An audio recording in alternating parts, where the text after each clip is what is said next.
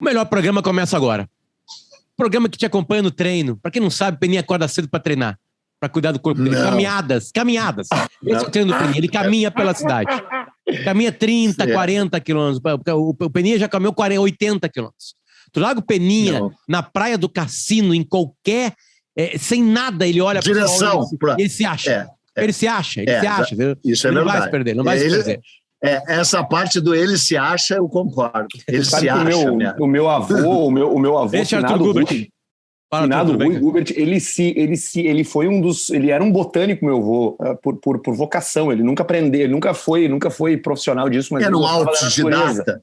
Ele inclusive aquelas árvores que tem plantadas ali na beira da praia em Atlântida, ali, aqueles pinheiros verdes ali, aquilo ali é um projeto dele, de quando ele foi subprefeito das praias. E o meu avô, ou seja, um debilóide que plantou casuarina e pinos heliotes, duas exóticas agressivas, horrorosas. Para tapar o vento ali que batia nas casas, né, na beira da praia. E ele olhava para as estrelas e ele se guiava pelas estrelas. Mas se larga ele no hemisfério norte, ele já tá fudido. Não, aí já aí ele sul é norte, ele vai pra cima quando ele sabe como é que é o nome? Essa foi uma grande descoberta, né? Deve ter sido muito legal quando os caras passaram, né? A linha do Equador, assim, e aí virou o céu. Sabe o que eles disseram? Sabe o que eles disseram? Sabe o que eles disseram quando eles cruzaram a linha? Juro. A estrela do norte afogou-se no horizonte. Sério, foi isso que eles disseram, não é verdade? Cara. Mas assim, a gente tá falando dos portugueses, mas imagina os outros, aqueles que nós não contamos a história ainda, né? Que se guiavam por lá e daqui a pouco, o que aconteceu aqui? Nós vamos ter que fazer um dia um episódio sobre os fenícios. Muita gente se perdeu, né? Para que os outros pudessem se achar. Muita gente morreu, né? Muita gente foi comida por monstros. Deixa eu fazer a apresentação, né? Já começamos assim com tudo, né? Esse aqui é o Nós na História, podcast, videocast. Você encontra em todas as plataformas de podcast e também no YouTube em vídeo, né? Ali no YouTube em vídeo, como a gente grava pelo Zoom, a gente falou assim, cara, vamos despejar essas três caras muito bonitas também, né, em vídeo. Então você pode colocar para ali. Mandar um abraço pro Bruno Barreto, que é o cara que edita pra gente, né? E separa alguns cortes também, que é uma coisa muito interessante. O Bruno Barreto, aquele super diretor de cinema? O cara que... Distância Velha. Distância Velha. Não é? O Bruno Barreto é Distância Velha. O famoso é Distância Nova. O Bruno Barreto real é Distância Nova. Nós temos dois parceiros comerciais que estão com a gente aqui em momentos do programa, né? Um deles é a KTO. A KTO é a sua casa de apostas, é onde você vai brincar com futebol, com NBA, com cassino, o que você bem entender. E aí a KTO entra tipo assim, de repente no programa, porque quando a gente fala de probabilidades, a gente entra com algumas probabilidades da história. Hoje o episódio é especial porque você já leu ali, né? Já tá ali no título, né? Porque hoje as probabilidades são baixíssimas daquilo ser verdade, né? A gente vai falar de teorias da comunicação. Desculpa, da conspiração. Da comunicação é bom, né? E a nossa outra parceria também, que a gente vai lembrar algo tecnológico na história, que você acha que só smartphone é tecnologia? Não. Tecnologia sempre existiu no mundo.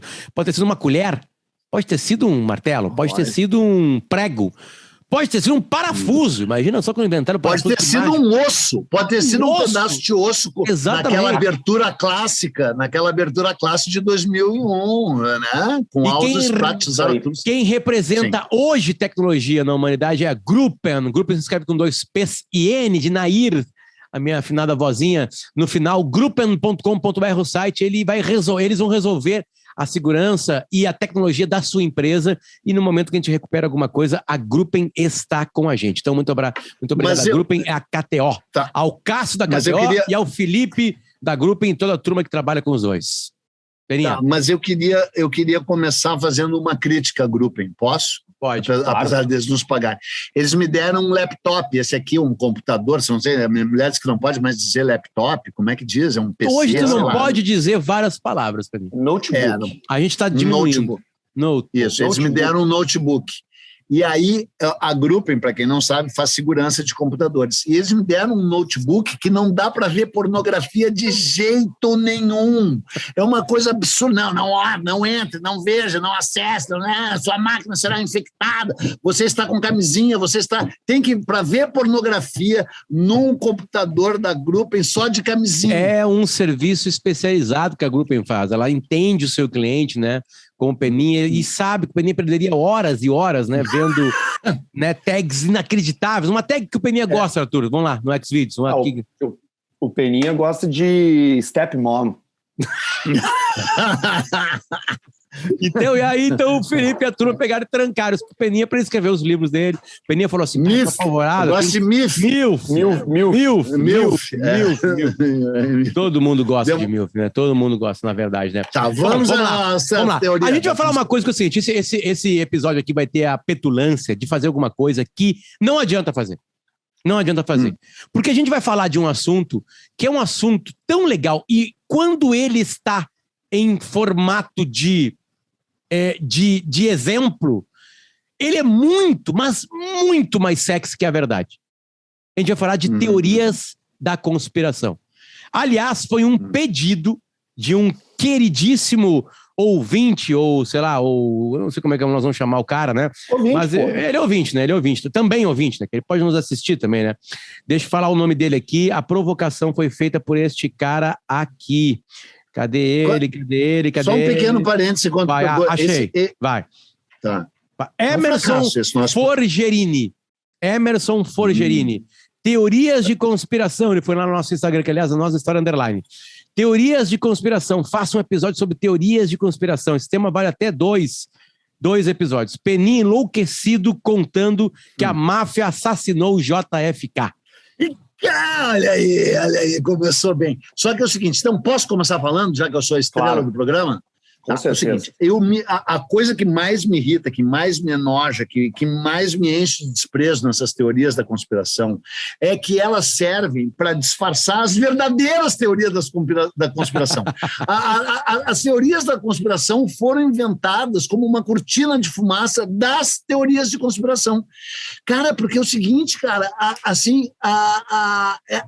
teorias fake de conspiração, elas realmente disfarçam teorias da conspiração que realmente aconteceram. Por exemplo, não restam dúvidas, estou falando sério, não é piada, não restam dúvidas, é claríssimo, todo mundo que quiser saber sabe que o Kennedy foi morto pelo San Giancana, o Kennedy foi morto pela máfia de Chicago, e o que me enoja, e que me dá raiva, que me dá ódio, que me dá vontade de dar uma cabeçada no nariz do Oliver Stone, por exemplo, daquele filme de bosta dele, que ele fez de JFK, é que daí isso impede que as pessoas discutam o que nós vamos discutir aqui no início desse programa, que uma das pessoas mais escrotas do planeta Terra era o Joseph Kennedy, o pai do Kennedy, o pai do John Kennedy, e a mãe do John Kennedy, a Rose Kennedy, eram dois monstros, duas pessoas horrorosas, nefastas, com uma nuvem negra, criminosos, baixo astral, horríveis, por causa dos quais os filhos tiveram esse destino trágico, e que, conforme o meu irmão diz, o meu anjo da guarda foi feito, não, o meu não,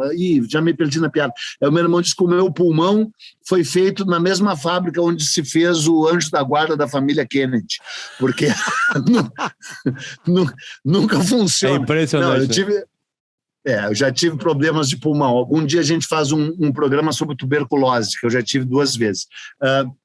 Porque o verdadeiro poeta, vou ter que abrir um parênteses, mas é que é bom, eu já tive tuberculose mesmo, e aí todas as vezes tem uma discussão, quem é que escreve melhor? Às vezes me rebaixam a perguntar o seguinte, quem é que escreve melhor, o Peninha ou o Davi Coimbra? Muito humilhante, né? Porque se não fosse assim, o Peninha ou o João Ubaldo Ribeiro, o Peninha ou o Arthur Rimbaud, aí tudo bem, né? E aí todas as vezes eu respondo o seguinte, o Davi Coimbra já teve tuberculose? As pessoas dizem, não, é câncer. Daí eu digo, então, cara, o cara, para ser um grande escritor, ele necessariamente tem que ter tido tuberculose. É incrível que tu tem um dobro de rins que o Davi. Não, e câncer é doença de CEO, de empresário, de outra pegada. É outra coisa que, aliás, ele nunca foi. E aí, então eu sempre disse essa história, para ser um grande escritor tem que ter tido tuberculose, até que peguei um gaiato estilo eu próprio, o cara olhou para mim e disse, é verdade, só que tem que ter morrido aos 21 anos, o cara que teve sobreviveu, não adianta. Peninha, tá, agora eu tô olhando para ele, quando tu fala de JFK aqui, eu tô olhando para ele e vou trazer ele aqui, calma aí. O filme? É o filme mais escroto do mundo, né? Eu achei rápido. É o filme mais escroto do mundo. Isso aqui. Não, isso aqui, cara. Isso é demais. Conheceu ele? Para quê? Muito pessoamente, convivi com ele em Grenoble. Desculpa para quem está nos escutando, estou mostrando o livro Tabloide Americano do James Ellroy. Isso aqui é do caralho, porque aqui tá a família Kennedy. né? Como personagem real. Cara, isso aqui é fantástico. Arthur, se tu pegar isso aqui no final de semana, acabou o teu final de semana.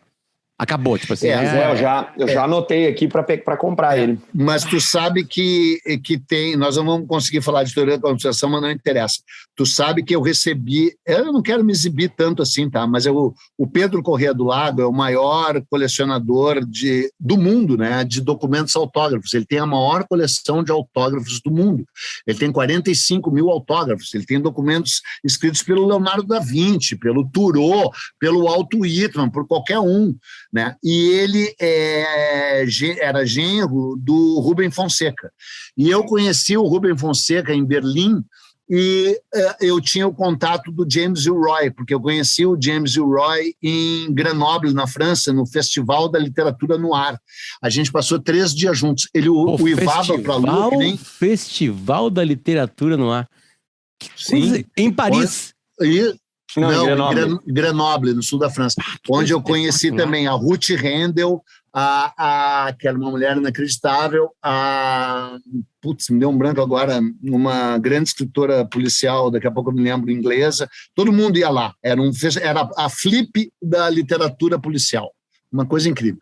E o James Ellroy uivava para a lua. Para quem não conhece, o James Ellroy é um autor americano, policial, começou a escrever no meados dos anos 60, chegou no seu auge da fama em 1980 com um livro chamado Black Dahlia.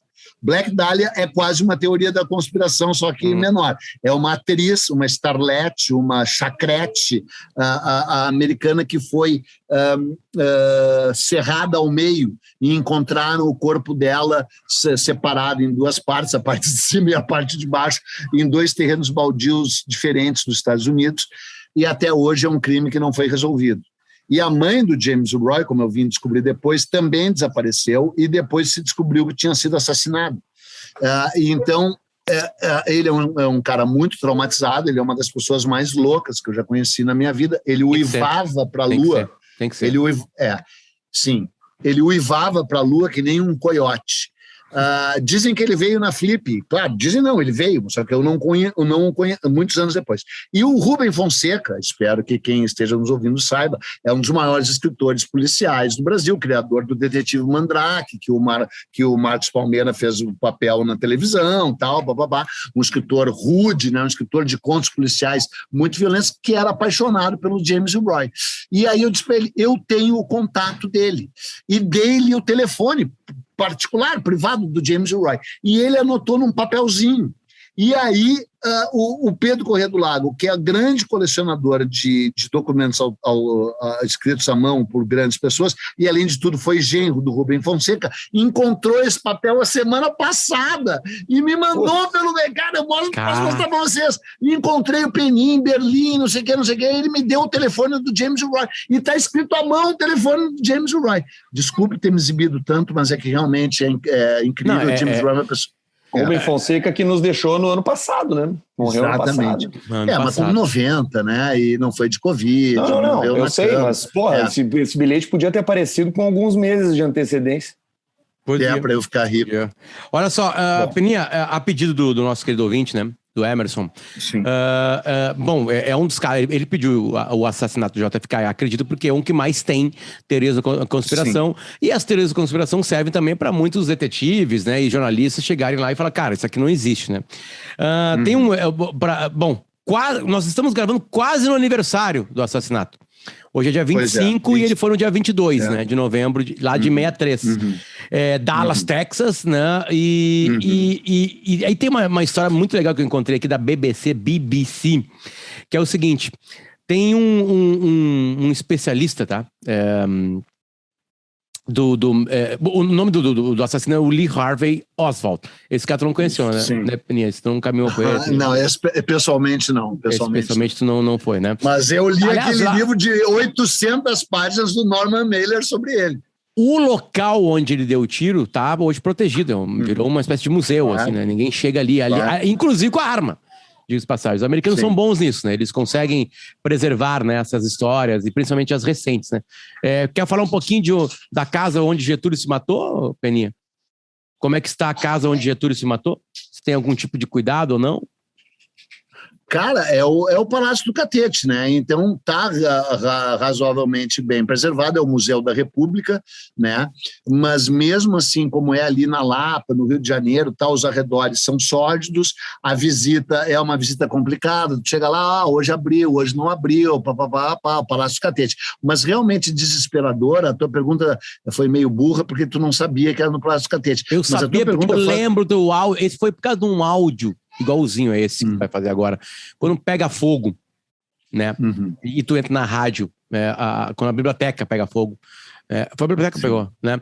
Não, foi o Museu Nacional. O Museu Nacional pega fogo. Tu entra no timeline e desabafa. Eu separo o áudio e boto no Pretinho Básico.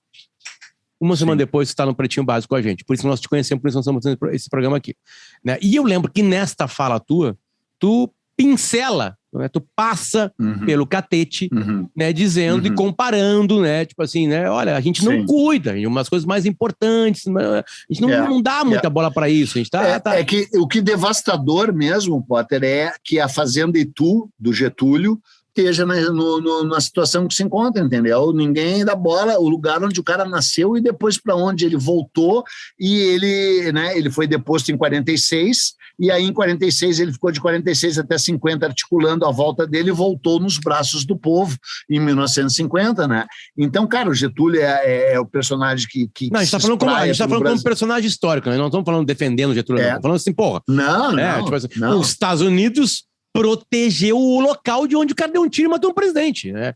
Para essa história ficar para sempre, para todo mundo ir lá, as escolas devem ir lá em Dallas, né, para ver exatamente o que aconteceu. Fazem tiro ao alvo, inclusive, dali. A pessoa passa uma pessoa ali melão em cima do jazigo e ficam tentando acertar.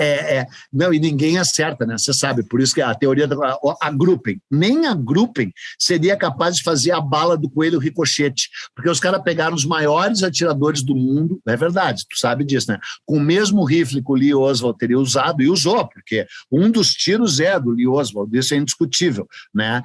O Lee Oswald é um dos assassinos do Kennedy, né? A questão é que interesses que ele representava, quem é que o contratou, ele tinha estado na União Soviética antes, ele encontrou o embaixador da União Soviética no México semanas antes, ele era comunista, ele tinha ligação com os cubanos, com Fidel Castro, blá, blá, blá, blá, blá. Tudo isso é verdade, né? Aí foi morto minutos depois pelo Jack Ruby, né? Que era um mafioso. Dias depois, né? 2 dias depois. 2 dias depois, não sei bem ao certo. Acho que isso aí. Foi. E o Jack Ruby quem era? Era o dono de uma boate ligado à máfia de Chicago. Falemos da máfia de Chicago. O Sam Giancana era um dos assessores do Al Capone, né? E começou como motorista do Al Capone, depois virou segurança. Imagina você, qual a sua função? Eu sou o segurança do Al Capone. Imagina tu ser segurança, tá ali tu chega num hotel assim, profissão, segurança do Al Capone. Porra. E aí virou o substituto do Al Capone. Uma das eleições mais polarizadas da história dos Estados Unidos foi a eleição de 1963, que contrapôs quem? O John Fitzgerald Kennedy, contra o Richard Nixon. Quem é o Richard Nixon? O Richard Nixon é uma das figuras mais nefastas, repugnantes e desprezíveis da história da humanidade, que tinha sido governador da Califórnia, que tinha dado todo o poder ao John Wayne e ao Ronald Reagan para estabelecerem um macartismo dentro de Hollywood, né? Eles criaram a Associação dos Atores e Diretores, que criou a lista negra, que baniu todo mundo que era decente de Hollywood, com o John Wayne na chefia e o Ronald Reagan, que era um ator medíocre, desprezível e uma pessoa imunda, e graças a Deus está morta, e aqui no Parcão, essa gentalha horrorosa bolsonarista tinha uma placa pró Ronald Reagan, né, que é uma pessoa horrorosa, que começou a sua carreira como delator. O Richard Nixon está por trás. O Richard Nixon era o representante do McCarthy, virou governador da Califórnia. Ao ser governador da Califórnia, se qualificou para já tinha sido vice-presidente e se qualificou para concorrer à presidência. O debate na televisão é um dos debates mais incríveis da história da televisão, é aquele na qual o Richard Nixon suava, e o Kennedy, lindo, maravilhoso, o destruiu no debate. E foi um dos motivos pelo qual ganhou a eleição. Mas o verdadeiro motivo pelo qual ele ganhou a eleição é que o pai dele, o Joseph Kennedy, que era um traficante de bebidas durante a lei seca, que era um bootlegger, que era um gangster, que era um criminoso, que mandou matar mais de 50 pessoas, e se sabe tudo sobre isso, e ele aparece, você que está nos ouvindo, veja a série Boardwalk Empire, do Martin Scorsese, que conta toda a história de Atlantic City e como e de toda a importância do proibicionismo, da lei seca nos Estados Unidos, que propiciou o surgimento dos maiores gangsters da história da humanidade, dentre eles o Al Capone, sucedido pelo Sam Giancana. O Sam Giancana virou o chefe ali da máfia de Chicago. O Kennedy ia perder a eleição em Chicago, porque ele era católico, e Chicago era basicamente uma cidade protestante. O fato do Kennedy ser católico tornava ele quase um azarão. Ele ganhou também porque ele era bonito, porque ele era bem articulado, mas ele ganhou porque o Sam Giancana botou todo o seu esquadrão mafioso a dar porrada nas pessoas, que nem a milícia faz hoje no Brasil, obrigando eles a votarem no Kennedy, em troca de, quando o Kennedy assumisse o poder, aliviar para os lados da máfia. O acordo que o Joseph Kennedy, pai do John Kennedy, fez, e todo mundo sabe, se conhece os detalhes, isso está tudo narrado num livro que, se tivesse sido a porra da Companhia das Letras que publicou no Brasil, ia ganhar 30 páginas na Veja, no tempo que a Veja interessava, 20 páginas na Folha de São Paulo, no tempo que a Folha de São Paulo interessava, no Estadão, e como saiu pela LPM de Porto Alegre. E algum dia a gente tem que falar sobre como a imprensa do centro do país... Eu estou cagando para gaúcho, cara. Eu sou gaúcho, mas não exerço. Mas a verdade é que São Paulo e Rio de Janeiro sempre foram privilegiados pela mídia, obviamente. E a Companhia das Letras sempre foi favorecida pela mídia, no tempo que mídia vendia jornal, mídia impressa, não é? E como o livro saiu pela LPM, o livro do Seymour Hersh, por favor, anote aí vocês dois, Seymour, né, S-E-Y-M-O-U-R,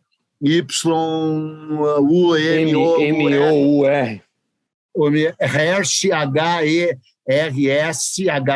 que é o cara que, inclusive, denunciou e deixou claro que o Iraque não tinha armas de destruição em massa muito tempo depois, quando o Bush invadiu o Iraque e matou o Saddam Hussein, sob o argumento de que o Iraque tinha armas de destruição em massa, e não tinha. Um dos jornalistas mais premiados dos Estados Unidos escreveu um livro chamado The Dark Side of Camelot, O Lado Escuro de Camelot, traduzido pela Lúcia Brito, minha ex-mulher, a mãe da Lígia, minha filha, e publicado pelo Ivan Piano Machado. Um dos melhores livros que eu já li na minha vida, e que não teve a menor repercussão, não vendeu porra nenhuma, tá? De um dos maiores jornalistas vivos, porque ele está vivo, e ele destrói o Kennedy.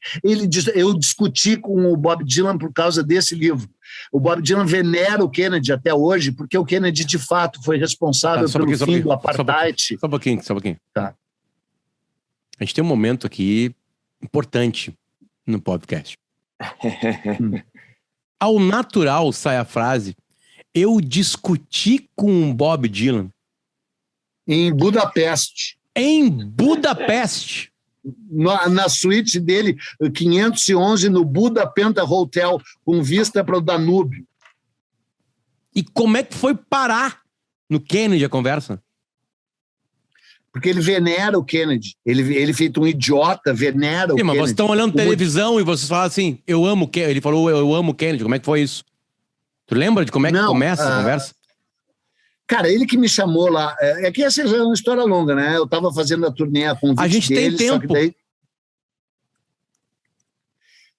Era o meu aniversário de 30 de maio de 1991, eu morava em São Paulo, o telefone tocou às 4 horas da manhã, quando eu atendi fez aquele pip que fazia quando era uma ligação internacional, talvez você se lembre. Eu disse pip, uma ligação internacional às 4 da manhã, alô, era o Victor Maymuth, que era o personal manager do Bob Dylan, dizendo, feliz aniversário, parará, papapá, nos lembramos de ti, a gente tem um presente para ti. Qual é o presente? Vai no aeroporto e pega uma passagem e vem nos encontrar na Itália. E como é tudo sempre cifrado, eu perguntei, pode me dizer a companhia, pelo menos?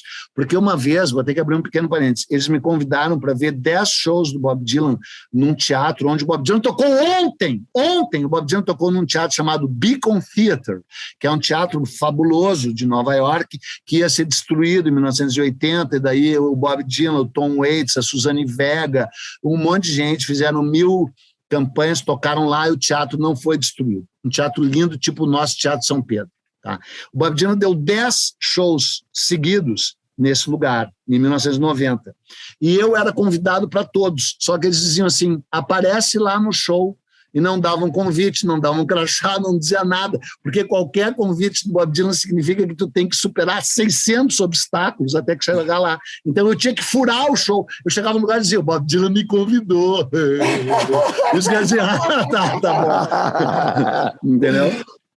E aí, só que daí na sexta noite eu consegui convencer o cara que eu era convidado do Bob Dylan. Só que daí na noite 9 e 10 esse cara não foi trabalhar, então eu tive que fazer tudo de novo. Fecha parênteses. Aí eles me convidaram e disseram, vem para a Itália. Daí eu disse, pode dizer pelo menos qual é a cidade? Aí o Victor disse, Milão. Eu disse, tá. E qual a companhia? Ele disse, Alitalia.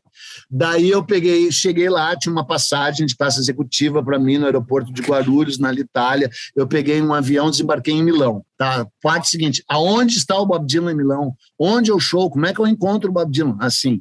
Aí tinha um cartaz, o nome dizia, Bob Dylan se apresentando no Pala Trussardi, que é um grande ginásio lá. Daí eu fui até o Pala Trussardi, cheguei lá, é um ginásio todo cercado por um estacionamento, e antes do estacionamento tem uma tela gigante. Na tela tinha um guarda. Daí eu disse, oi, eu sou o Peninha, do Pra Começo de Conversa, da TVE de Porto Alegre, me conhece?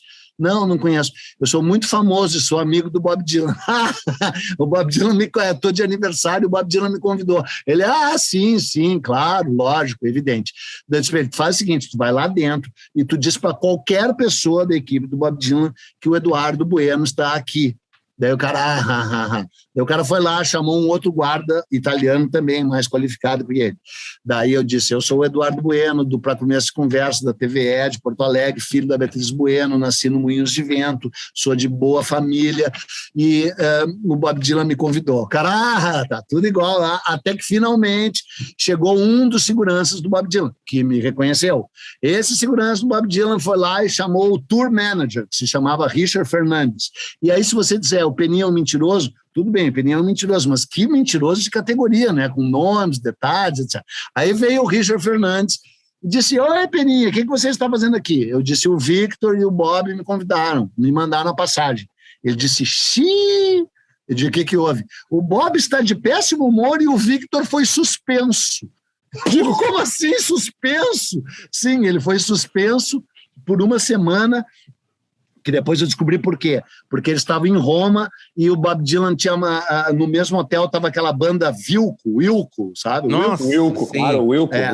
E aí os caras do Wilco encontraram o Bob Dylan no elevador e o Bob Dylan disse, vamos se encontrar na piscina. E aí, tal. E o Bob Dylan foi pro quarto. Aí o Bob Dylan disse, estou gripado, não vou mais na piscina. Aí o Victor desceu, encontrou os caras do Wilco e disse, o Bob está gripado, não vem mais na piscina. Aí os caras, que merda, a gente pensou que ia conhecer ele. Ficaram na piscina.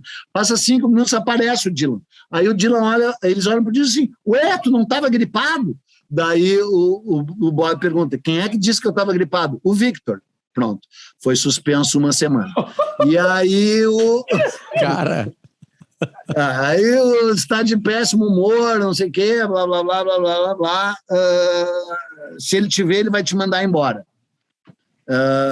Tá, daí eles me mantiveram que nem a Anne Frank, trancada num baú. Num anexo.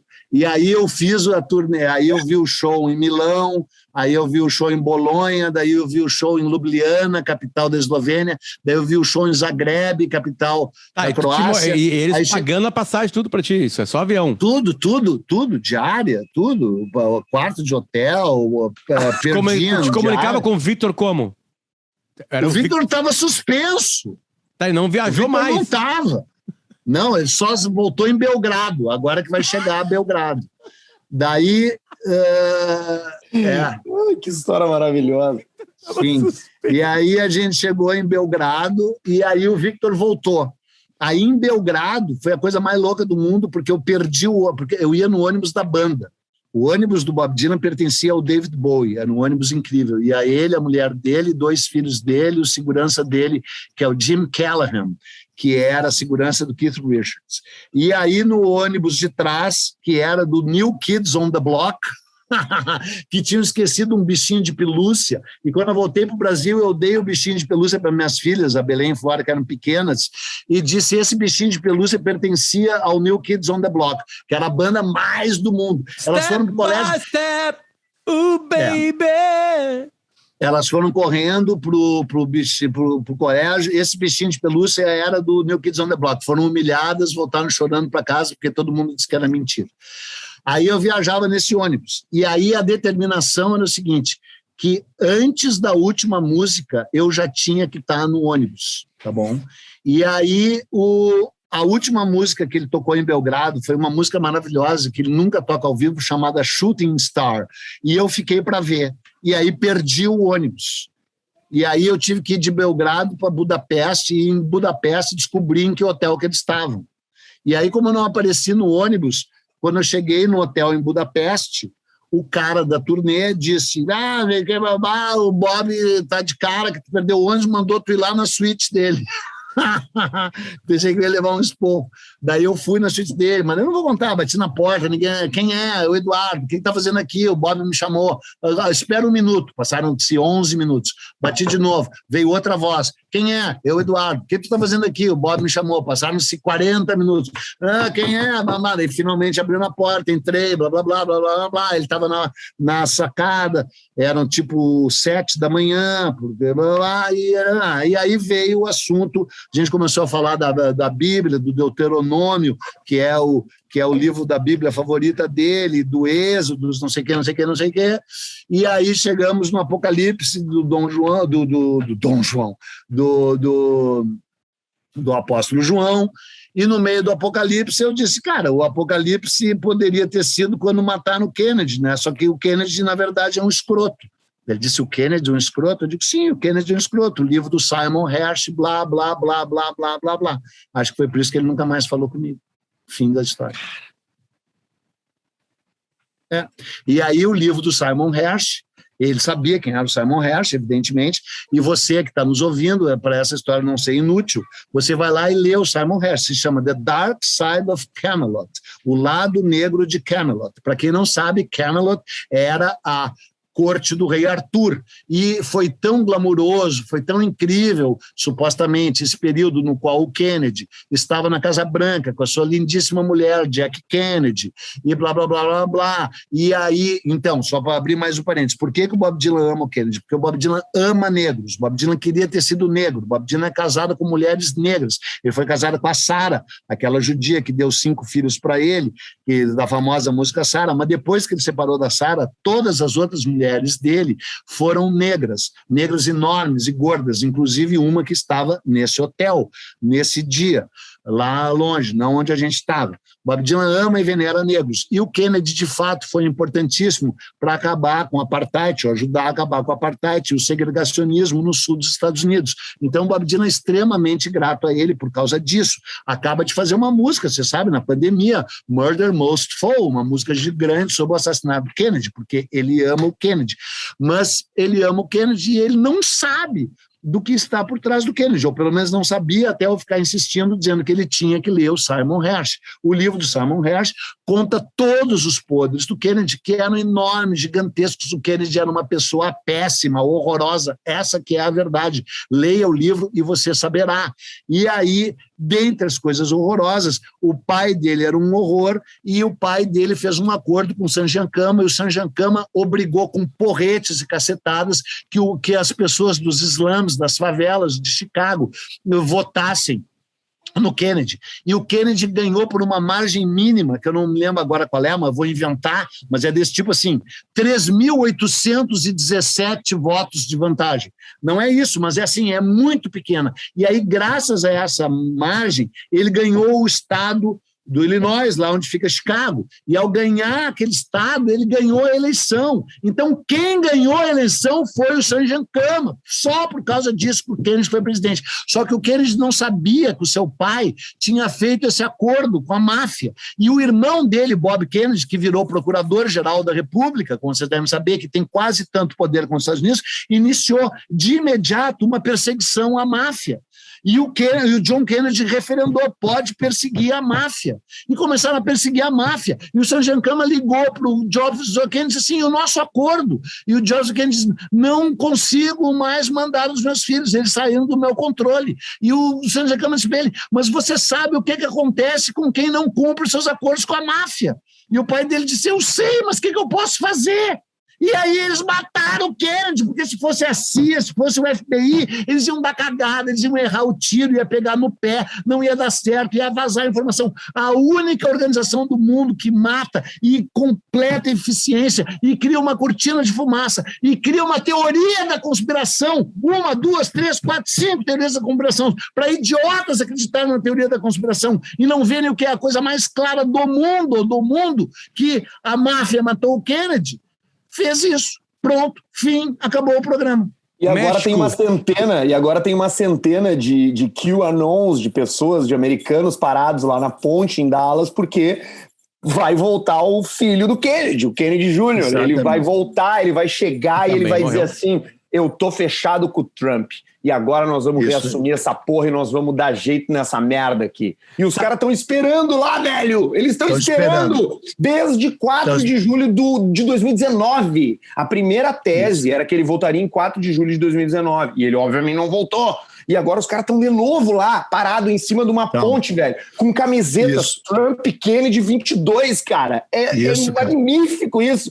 É óbvio que são menos pessoas. Dentro do próprio QAnon, que já é uma coisa insana e absolutamente idiótica, né? Tem ainda os mais insanos e idióticos, que são os caras que acham que o Kennedy vai voltar. E é uma galera. E eles estão lá parados na ponte esperando lá. Todos esses movimentos começam a morrer dentro deles, né? Porque como tu tá liberando uma coisa insana, a insanidade virá pior. Né? É mais ou menos a milícia no Rio de Janeiro. Né? A milícia no Rio de Janeiro vai acabar matando a si mesma. Não, ela já é um desmembramento de um poder paralelo centrado no tráfico de drogas, né?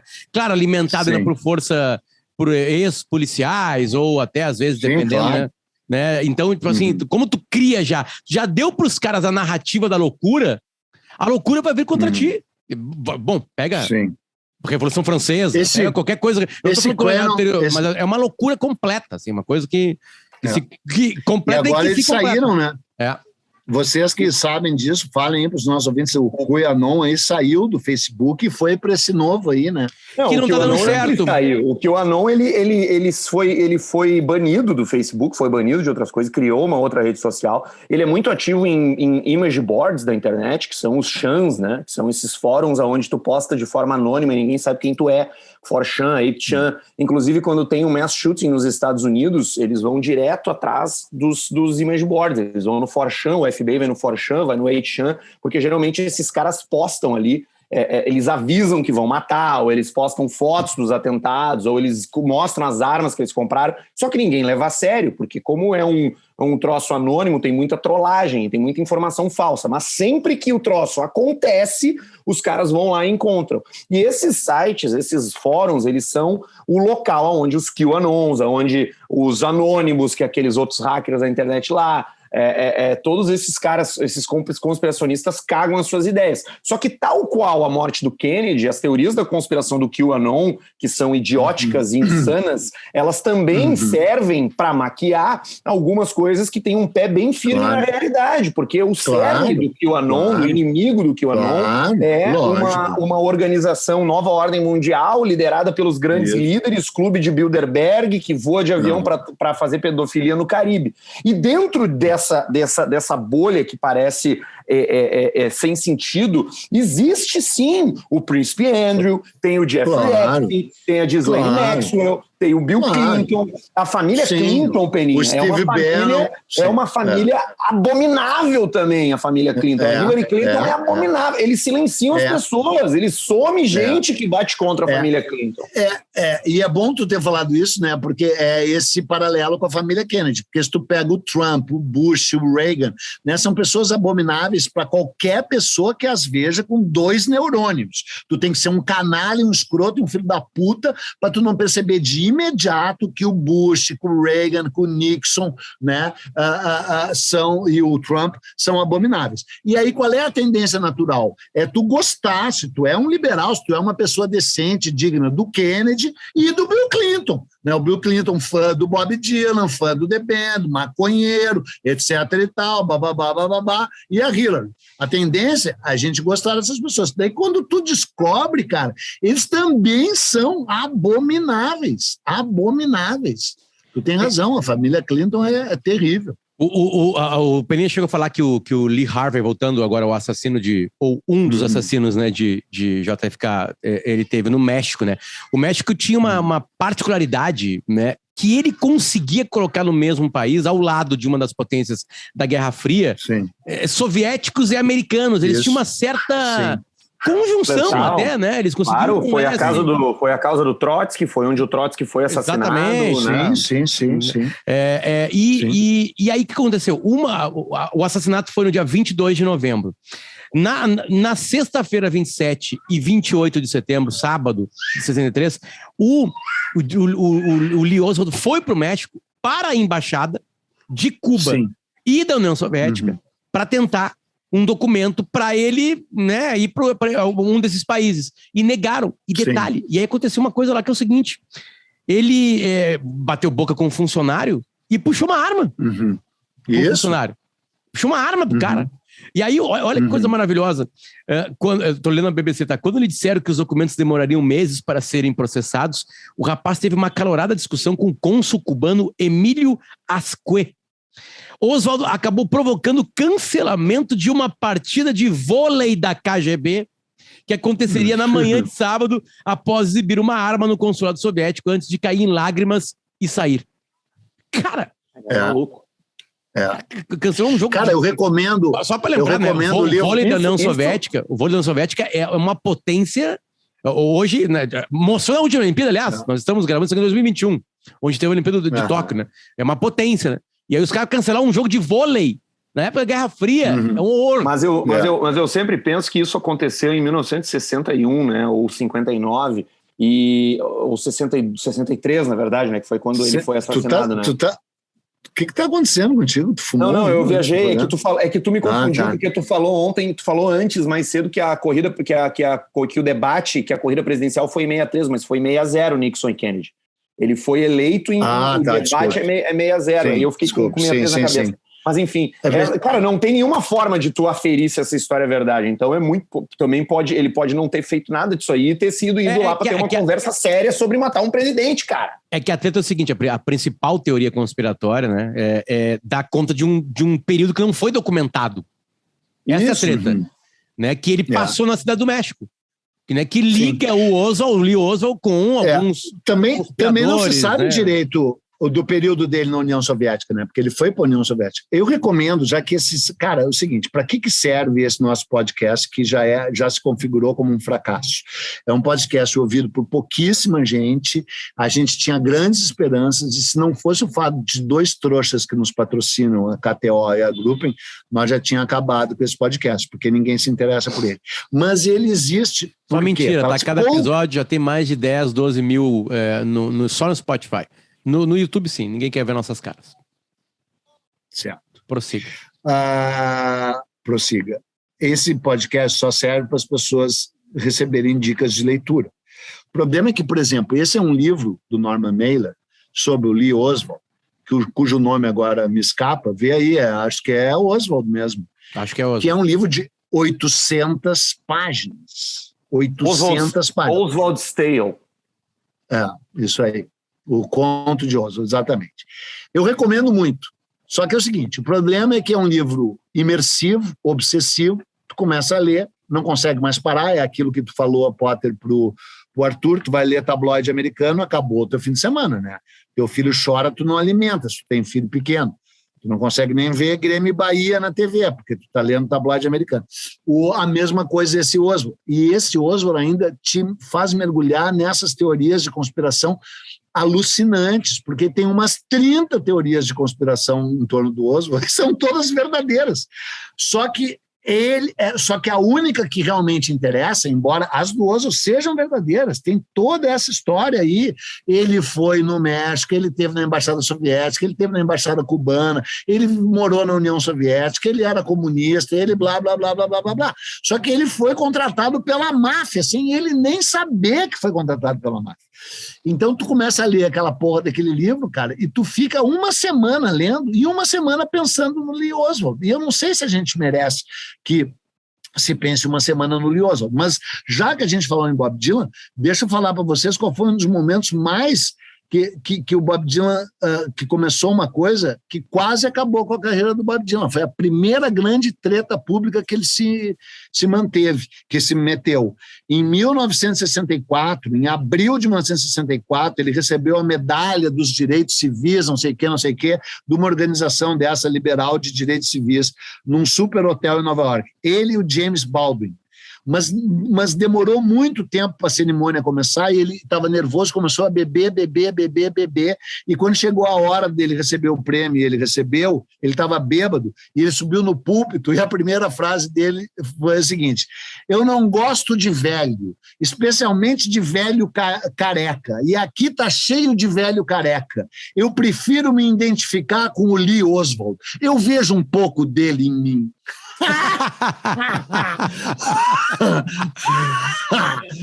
Foi o que ele disse. Quase acabou a carreira dele. Cara, ele era um ídolo, né, dos liberais, dos democratas, ele era a voz de uma geração, ele tinha composto Blowing in the Wind, que foi a grande trilha sonora, foi caminhando e cantando e seguindo a canção, né? Foi né? Vem, vamos embora, que esperar. Significou isso para a Marcha dos Direitos Civis. Ele cantou essa música com 20 anos de idade, na frente de mais de 1 milhão de pessoas, no comício na Casa Branca, em Washington. Na Casa Branca não, ali naquele lugar lá esqueci o nome lá, aquele lugar lá onde tem a estátua que os macacos tomam conta, em Planeta dos Macacos, aquela estátua do Lincoln, sabe? Lá o monumento Lincoln. Mas tem todos. Exatamente. E foi ali que o Martin Luther King disse I have a dream. Nesse dia o Bob Dylan tocou, com 20 anos de idade, Blowing in the Wind. Então ele era o ídolo, ele era o Geraldo Vandré, assim, era uma mistura de Geraldo Vandré com Fafá de Belém e um pouquinho de Simone, cantando pelas diretas já, entendeu? Ivan Lins. E aí ele disse isso, eu vejo um pouco de Oswald em mim. Né? Então, fecha parênteses. Tem um filme recente agora, cara, que é um encontro. Deixa eu ver aqui, acho que era o Cassius Clay com outros grandes negros da história americana. Claro. Agora, recentíssimo. Isso, num quarto de hotel. Uma noite em Miami, acho que chama Uma Noite em Miami. Eu acho que sim. Deixa eu ver se é Uma Noite, mas pra gente dar essa dica. Uma Noite em Miami. Filme. Não. Arthur, enquanto eu... Aqui. Irmãos de Sangue. Não. Malcolm X, acho que é ali. É sim. Uma Noite em Miami. É impressionante, Peninha. É impressionante. Uma Noite em Miami, One Night in Miami. É uma conversa fictícia, né? No mesmo quarto de hotel. Exatamente. E em alguma... A discussão é o seguinte, eles estão todos... É o Malcolm X, tá? Estão lá, sim. Malcolm X, o Muhammad Ali, o Jim Brown, que era um jogador de futebol americano, e o Sam Cooke. E o Sam Cooke. Exatamente. E o Sam Cooke, ele é criticado pelo Malcolm X. Porque ele ganhou, né, de presente a atenção e não usa a atenção dele para a causa negra, né? E de direitos civis americanos, né? E tem um momento que o Malcolm X bota um LP e essa canção do Bob Dylan. Fala assim, ó. E ele não conhecia. Quem é um garoto de 20 anos de idade. E aí coloca assim, olha quem tá cantando. Aí fica aquele silêncio, a música tocando uma vitrolinha, assim, a cena é linda, né? E é um filme provocador que é legal porque ele mostra que tem, no meu ponto de vista, assim, dá para lutar de diversas formas, né? É uma discussão muito que se tem aqui no Brasil também, né? E se tem hoje aqui no Brasil. Mas é um filme legal pelo esse encontro fictício. Ele se chama Uma Noite em Miami e ele é dirigido pela Regina King. Bom, o momento KTO de probabilidade, ele apareceu em todo o episódio, né? Que é a teoria da conspiração, a pedido do Emerson, nosso querido ouvinte. É uma boa pergunta que tu vai fazer hoje. É exatamente, que tipo assim, se a probabilidade de ser uma teoria da conspiração que se sabe hoje ou não. Não, eu achei que tu ia perguntar e se a bala não tivesse pego na cabeça dele. aí seria tipo o Papa, né? Tipo o atentado ao Papa, João Paulo II. Acho que, né, seria um surto. O Reagan, né, que tomou um tiro no peito e sobreviveu. Aliás, é uma história americana de presidentes, né? É uma história americana de presidentes. Né? É impressionante. Tem um episódio... Tentativas e mortes de presidentes americanos, né? É um país que mata muito seus atravessa presidentes. séculos. Acho que matou 8 já, né? É incrível. E aí a historiografia americana é muito boa em contar esses casos, né? Eles conseguem lá atrás buscar coisas, né? Mas agora, eu acho que a probabilidade mesmo para a KTO é a seguinte: qual é a probabilidade de o Lee Oswald estar com a bala do coelho ricochete? Né? Que é aquele desenho em quadrinho, né? Porque uma coisa que está corretíssima naquela bosta daquele filme do Oliver Stone, cabendo lembrar que o Oliver Stone fez um filme a favor do Chaves, fez um filme a favor do Daniel Ortega, ele é um adorador de ditadores, né? Tem gente que gosta de ditadores, a gente gosta de ditadores, gente importante de gosta de ditador de esquerda, né? Ele gosta de ditador de esquerda. E aí aquilo está certo. Naquele filme dele, quem viu, né? A bala faz uma trajetória impossível. E eles pegaram alguns dos maiores historiadores do mundo, atiradores do mundo, botaram ali naquele... E é legal, né? Porque aquele lugar, cara, é o depósito de livros da biblioteca de Dallas. Estadual, né? Acho que é municipal. Não sei se é municipal ou estadual. Acho que não é estadual, não deve ser estadual. Não sei, deve ser municipal, sei lá. Eu sei que nos Estados Unidos tem uma lei que toda editora que publica um livro tem que doá-lo para a Biblioteca Nacional e para a biblioteca da cidade onde o livro foi impresso. Então, todas as bibliotecas americanas têm todos os livros feitos nos Estados Unidos. E os livros ficam num depósito. Ele estava no depósito. Não, Peninha, eu vi até, aliás, um vídeo rápido no YouTube, assim, que tem um detalhe importante que a gente não leva, que não se leva em consideração, né? Que fizeram testes com atiradores que não conseguiram fazer aquilo, né? Exato. Que é um detalhe chamado sorte. Aquele tipo de tiro, ele também tem sorte. Sim. Entende? Tá, claro que é uma sorte imensa, né? De tipo assim, vamos lá, é o tiro no cu do mosquito, como se fala, né? Mas assim, o Lee Oswald, ele pode ter tido sorte.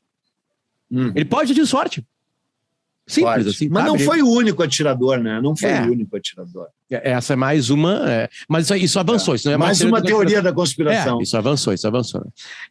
E para Gruppen, o que a gente podia linkar que aconteceu aqui no nosso papo com tecnologia? Bom, a gente falou de coisas modernas, né? Tem todas as tecnologias que se desenvolveram a partir desse assassinato. Hoje o presidente americano anda num carro blindado a tiro de tanque, com bolsas de sangue, caso ele precise de uma transfusão de emergência. Fecham completamente o bairro. Não tem internet no bairro. Metralhadora dentro do carro, lança-chamas lateral, é uma coisa surreal que é o carro de um presidente. Hoje, jamais um presidente desfilaria tal qual Kennedy num carro conversível. Sabe que, Arthur, os meus filhotes aqui, eles gostam de uma coisa que acontece no meu bairro de vez em quando. Blitz. O vice-presidente da República, Hamilton Mourão, ele tem um apartamento aqui. E de vez em quando ele vem para cá.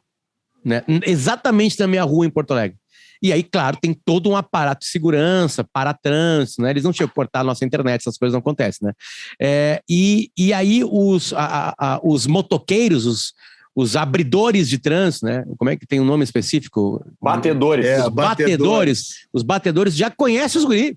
E os guri conhecem eles. Os guri sobem na moto.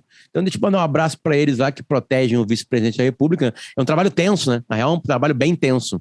E esse trabalho ficou mais tenso quando, na corrida presidencial, o Bolsonaro, em Juiz de Fora, é atingido por uma faca, né? E, aliás, isso aqui também pode ser um episódio futuro do Nós na História. Eduardo Bueno Peninha, o homem que, de repente, falou que discutiu com Bob Dylan sobre J.F. Kennedy. Em Budapeste. E ganhou. Em Budapeste. E ganhou Será que ele leu? Budapentagon. Será que ele leu lá do escuro de Camelot? Cara, ele é um leitor voraz, né? Ele nesse quarto aí que eu entrei, tinha uns 10 livros espalhados ali, só que tudo meio disfarçado, não ia ficar, eu tava louco para ficar olhando quais eram, né? Mas ele leu o tempo inteiro, né? Ele leu o tempo inteiro. Então, tomara que tenha lido. Pouco tenha lido. Arthur Gubert, obrigado por me ajudar nesse processo de colocar para fora tudo que o Peninha sabe. E não sabe. Aliás, né? História da África. Eu não erro nunca. Cada vez mais comum neste programa, erros de Eduardo Bueno. Seguinte, manda aqui o Andrei Silveira. Para acabar hoje, não vai poder nem te defender, Peninha. A coleção da história da África que o Peninha citou sendo pela Unesco, eu não ia dizer EDUSP. Eu não localizei. Eu acredito que ele tenha se confundido e com essa da Unesco, traduzida para português, com o incentivo do Ministério do Haddad na época. Não é quando ele era da... Claro, como tu linkou, como tu falou, EDUSP, tu pensou que era a prefeitura. Não, era na época do Ministério, né? Que ele trabalha no governo, né? Em 2010. São 8 volumes. Ministro da Educação. São 8 volumes e não 7, como o Peninha citou, né? E aí ele manda várias provas aqui. O Peninha baixa e usa de uma das principais características que ele tem, que é a humildade. Pede desculpa por esse erro, mas são os mesmos livros da mesma coleção, que, segundo o Peninha, são obras de arte e parecem romances, né? Contando a história da África. Eu não vou pedir desculpas, porque isso aí serve para a pessoa pensar assim. O Peninha falou de uma história da África monumental, é a melhor história da África jamais escolhida. Não faz tanta diferença se são 7 ou 8 volumes.